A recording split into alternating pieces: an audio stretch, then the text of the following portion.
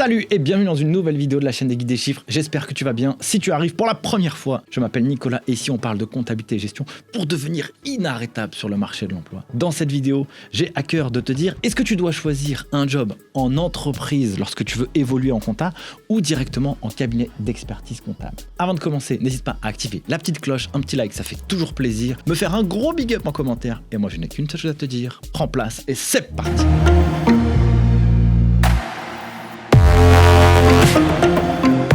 Alors, faut-il travailler en entreprise ou en cabinet d'expertise comptable lorsqu'on évolue en comptabilité? À titre personnel, lorsque j'ai démarré ma carrière professionnelle, j'ai fait les deux. J'ai bossé en entreprise, j'étais comptable, contrôleur de gestion, adjoint DAF, responsable financier dans une société cotée et j'ai été collaborateur en cabinet d'expertise comptable. Je vais te faire un retour d'expérience, mais moi ça remonte avant 2013. Donc c'est vieux, aujourd'hui on est en 2022. Et ce que je connais aujourd'hui du marché est la chose suivante. Alors il va y avoir plusieurs choses à prendre en considération.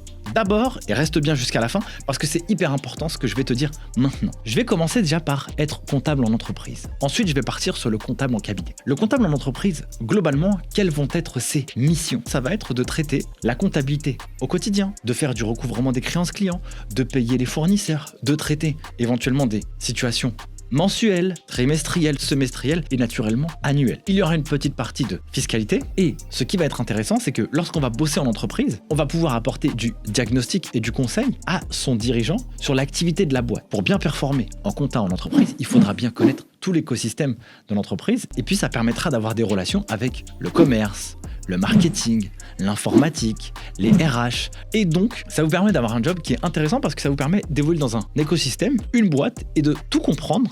Et en fait, quand vous faites la comptabilité, vous êtes finalement le résultat de tout ce qui s'est passé par le passé. Vos dirigeants ou les dirigeants ont pris des décisions stratégiques, elles se sont traduites en événements et en résultats concrets financiers. Bah oui, ce qui s'est dit et ce qui s'est décidé en comité de direction ou ce qui nous a été dit 6 mois en arrière, et bien là, moi, je vois l'impact dans les comptes de l'entreprise. Et du coup, c'est hyper intéressant de voir ce travail-là. Ce qui est aussi intéressant quand vous bossez en entreprise, vous avez la possibilité d'évoluer dans la boîte. Vous pouvez passer chef comptable si vous commencez en comptable général. Vous pouvez passer dans du contrôle de gestion. Pourquoi pas devenir DAF de l'entreprise? Et quand l'entreprise va évoluer, elle va peut-être racheter des boîtes. Si elle a des problèmes, elle va peut-être faire de la restructuration. Et vous serez intimement impliqué là-dedans. De manière générale, quand on bosse en entreprise, on a une intensité de travail qui est un peu moins importante comparativement au cabinet. En tout cas, dans une règle générale et dans l'image générale. Personnellement, quand j'ai bossé en entreprise, ce que j'adorais, c'était de pouvoir prendre un sujet et de le traiter au maximum. T'es un putain de geek. J'étais responsable financier dans une société cotée. J'avais un sujet, c'était la partie recouvrement. J'ai pris le sujet, je l'ai poncé, je l'ai terminé pour obtenir des résultats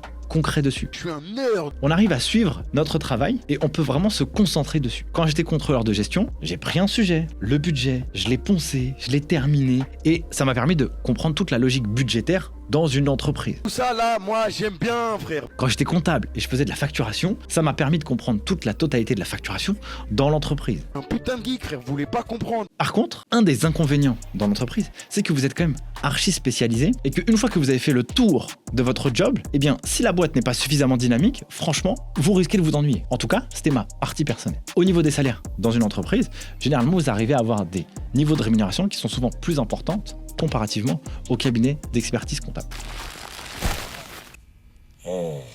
Maintenant, passons à la partie devenir collaborateur comptable en cabinet. Généralement, ça a mauvaise presse. Pourquoi? Parce qu'on va dire que on va bosser comme des tarés pendant la période fiscale, qu'on va avoir un travail ingrat, qu'on sera mal payé. C'est vrai pour une partie des cabinets d'expertise, mais c'est pas vrai pour tout le monde. Ce que moi j'apprécie particulièrement dans le cabinet comptable, c'est cette capacité à apprendre une quantité d'informations qui n'a pas d'égal. Quand vous faites par exemple des études, que vous allez bosser en cabinet, l'avantage est le suivant, c'est que vous allez travailler sur un portefeuille client qui sera diversifié. Et donc, l'avantage de travailler sur un portefeuille client diversifié, vous allez bosser avec des SAS, des SA, des SARL, vous allez bosser avec des business dans l'industrie, dans le service, dans le textile, peu importe. Et donc, ça va vous donner un panel de compétences et un champ de vision qui sera super large comparativement à l'entreprise. L'inconvénient de ça, c'est que malheureusement, comme vous devez traiter un volume de clients suffisamment important, c'est que vous ne pourrez pas poncer les sujets au maximum. Mais vous allez avoir une capacité d'apprentissage et une courbe d'apprentissage qui va être phénoménale. phénoménal. Moi, je me rappelle qu'en cabinet, j'ai dû faire, à mon avis, moins de 10 mois d'expérience professionnelle en cabinet. J'ai fait dans 2 cabinets différents. Il y a une expérience que j'ai adorée et une expérience que j'ai détestée. Pourtant, je faisais le même job. Dans cette expérience-là, sur ces 10 mois de job, j'ai progressé à une vitesse que vous pouvez même pas imaginer. C'est là où j'ai appris à faire des payes. C'est là où j'ai appris c'était quoi la partie juridique dans une entreprise. Parce qu'on les apprend dans les études, mais malheureusement, on comprend pas ce que ça veut dire dans la vraie vie. C'est là où j'ai appris à traiter une comptabilité de A à Z, à conseiller un client une fois que lui, il a son bilan, son compte de résultats et les résultats de cette année. Qu'est-ce qu'il en fait de tout ça? Est-ce qu'il investit? Est-ce qu'il recrute? Est-ce qu'il place son argent? Est-ce qu'il crée d'autres boîtes? Et ça, c'est super puissant parce que ça vous donne des compétences très larges que vous apprenez sur le terrain. Ce que moi j'ai adoré aussi en cabinet d'expertise comptable, c'est la chose suivante. Dès que vous allez rencontrer un entrepreneur, vous allez avoir une masterclass sur son industrie, sur ce qu'il vit. Globalement, souvent on dit que l'expert comptable, c'est le médecin généraliste des chiffres d'une boîte. Eh bien, le médecin généraliste, qu'est-ce qu'il fait? Il va recueillir des informations sensibles de la part des clients. Les chefs d'entreprise racontent toute leur life à leur expert comptable. Et donc, on en connaît plus au-delà des chiffres. Parfois, ce qui arrive dans la vie personnelle d'un entrepreneur, eh bien, ça se traduit directement dans les chiffres. Si vous avez quelqu'un qui est revanchard, qui a eu des problèmes dans sa vie et qui met toute son énergie dans son projet, franchement, je vous assure que souvent le projet, il déménage. Parce que la personne, elle a un moteur et un driver, elle a envie de conquête, elle a envie de prouver qu'elle est forte. Et puis vous avez d'autres entrepreneurs, d'autres typologies, quand on voit qu'ils sont dans un bad mood ou dans leur vie personnelle, ça va pas forcément bien, ça se traduit souvent dans les chiffres. Donc quand on bosse en cabinet, pour avoir une bonne valeur sur le marché, ce qui est important, c'est de développer sa culture, c'est de développer sa curiosité. Il y a ce que vous apprenez dans les études, la compta, la finance, la fisca. Mais si vous ne transposez pas ça dans un monde réel, c'est hyper compliqué. C'est pour ça que moi j'ai lancé le podcast Les Geeks des Chiffres, où je vais à la rencontre des meilleurs acteurs de l'écosystème comptable et financier pour justement donner cette culture du terrain pour que lorsqu'on est étudiant et qu'on écoute ça, on se dise ok, quand je bosse dans une boîte tech, c'est comme ça que ça marche. Quand je bosse dans ce cabinet d'expertise comptable, c'est ça ses enjeux. C'est comme ça que lui, il bosse. C'est comme ça qu'il accompagne les entrepreneurs. En cabinet d'expertise comptable, on peut aussi évoluer. Collaborateur, chef de mission. Et pour ceux qui sont très bons, ils peuvent viser des associations dans les cabinets dans lesquels ils sont rentrés par le passé. J'ai 2 exemples précis. J'ai interviewé sur le podcast Les Guides des Chiffres 2 personnes. Le président du Conseil national de l'ordre des experts comptables, Lionel Canesi, qu'est-ce qu'il a fait? Il est rentré dans un cabinet. Au bout de 6 mois de stage d'expertise comptable, on lui a proposé de s'associer. Et donc, voilà l'opportunité que ça lui a donné. Je prends un autre exemple. Une personne que j'ai interviewée qui s'appelle Romain Jousselin sur le podcast, mais aussi vous avez la vidéo sur YouTube. Lui, il est rentré dans un cabinet. On lui a dit, si tu ramènes du business, t'es sympa et que tu veux tout casser, eh bien, tu pourras devenir associé. Il a réussi à faire ça. Et donc, il est associé dans un cabinet qui fait plus de 20 millions d'euros de CA aujourd'hui au moment où je vous parle. Par contre, et on va pas se mentir, travailler dans un cabinet, c'est une superbe école, mais ça prend aussi beaucoup d'énergie de manière générale parce que vous travaillez sur plein de sujets différents. Ça nécessite une capacité d'adaptation et une capacité à engranger toutes les infos qui soient quand même suffisamment importantes. On peut pas se dire ouais, j'ai la flemme et je vais bosser en cabinet, ça marche pas trop comme ça. Donc il y a des avantages et des inconvénients, que ce soit en entreprise ou en cabinet. Moi, ce que je dis, c'est que quand on se lance dans la vie active, il y a un truc qui est important, c'est qu'il faut faire, à mon sens, une petite concession. Cette petite concession, c'est de se dire, allez là où ça va vous rapporter le plus à terme. Quand j'ai commencé à travailler, j'ai commencé tout de suite par l'entreprise. J'en ai eu marre de l'entreprise parce que je voulais avoir de fortes compétences techniques. Je me suis dit, Nicolas, si tu apprends la totalité de la comptabilité et que tu deviens autonome dans la production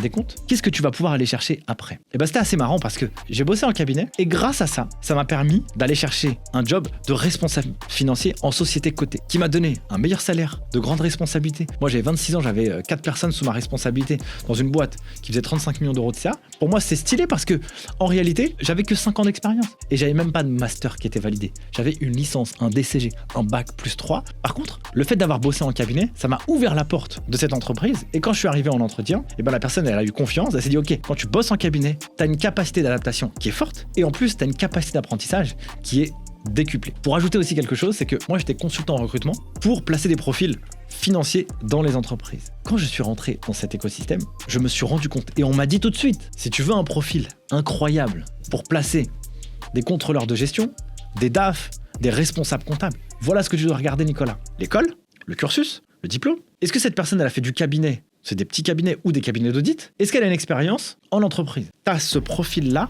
Le profil parfait, c'est diplôme, école de commerce, DSCG ou master CCA, cabinet d'audit ou cabinet d'expertise, conseil, plus expérience en entreprise. Si tu as ce profil-là, tu le places partout. Et c'est vrai, j'ai réussi à placer ces candidats partout. Quand tu as ce profil, tu peux être placé dans n'importe quelle entreprise et être bien payé. Voilà pour ce comparatif, mes chers amis. Il n'y a pas de monde idéal, il faut juste savoir où est-ce qu'on veut se positionner. En tout cas, moi, si je devais repartir de zéro, voilà ce que je ferais. Je partirais automatiquement en cabinet d'expertise comptable ou dans les gros cabinets, les Big Four. Si je fais ça, je reste 2-3 ans où je me forme comme un malade. Et pourquoi pas, je pourrais trouver quelque chose qui va m'intéresser à l'intérieur pour pouvoir continuer à évoluer dans le cabinet. Si je commence par de l'audit, eh bien, je vais faire de l'audit 2-3 ans. Ensuite, je vais, pourquoi pas, évoluer dans les activités de conseil. Pourquoi pas, après, évoluer. Je serais parti par le cabinet, j'apprends fort, et après, je vais en entreprise. Si, eh bien, j'ai envie d'évoluer en entreprise. Voilà pour cette vidéo. Mille merci de l'avoir suivi jusqu'à maintenant. J'espère qu'elle vous aura plu. Si vous avez des questions, n'hésitez pas à les mettre en commentaire. Et moi, je n'ai qu'une seule chose à vous dire. Eh bien, à bientôt pour une prochaine. Ciao!